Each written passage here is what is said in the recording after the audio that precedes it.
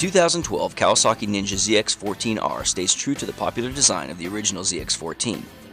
This is more of an evolution of the model as it retains the same riding position with most of the attention going towards changing the riding experience.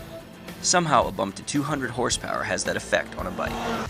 Aesthetically, the ZX-14R looks like the ZX-14, only better.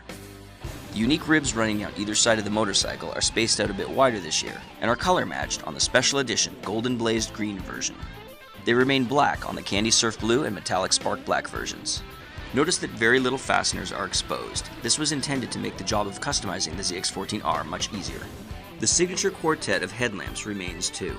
Not only do they cut a swath of light through the darkest nights, they also are a telltale sign that a ZX-14 is approaching.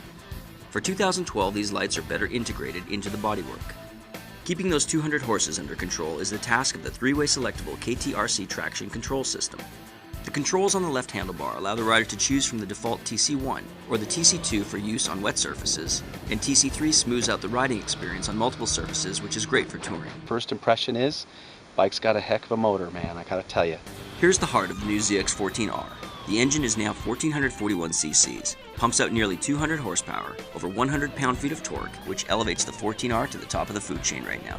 Internally, the ZX-14 features revised intake and exhaust ports, which are now hand-polished ports for the first time ever on a ZX-14 model. Camshaft profiles increase power, and a new camshaft tensioner reduces mechanical noises when the engine is cold. Box-style forged pistons are 6 grams lighter and also for the first time on a ZX-14. The 14R features a slipper clutch. The monocoque frame returns, although it is slightly revised as well. A new steering stem increased rigidity and optimized flex, improving the handling and riding experience of the more sporty ZX-14R. Out on the street, the ZX-14 has always been very comfortable, and with the firmer suspension and revised damping settings, the 14R feels even more well prepared for canyon carving duty. The bike accelerates, man, it accelerates so hard. Without a doubt, the drag strip is the only place where the ZX-14R can really show what it's got.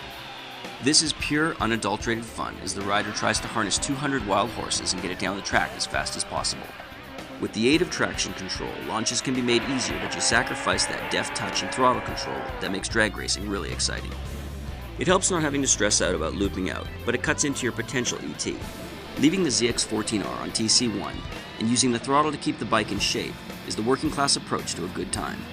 That's the way we felt most comfortable, and that's what allowed the faster riders to make their quickest runs too.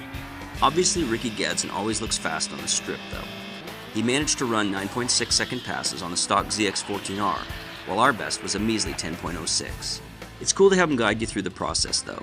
We just wish he could channel some of those launch skills into our hands so we can consistently visit the 9-second mark. As you can probably tell from this glowing review, the new 2012 Kawasaki ZX-14R is already a fun motorcycle to ride. How can you complain about a 200 horsepower sport bike with traction control that is also extremely comfortable and fun to ride out on the open road? You'd be a fool not to look at the 14R as a viable choice if you're considering a hyperbike as your next motorcycle. Kawasaki was looking to make this the king of all sport bikes, and until someone proves otherwise, they should be able to back up that claim.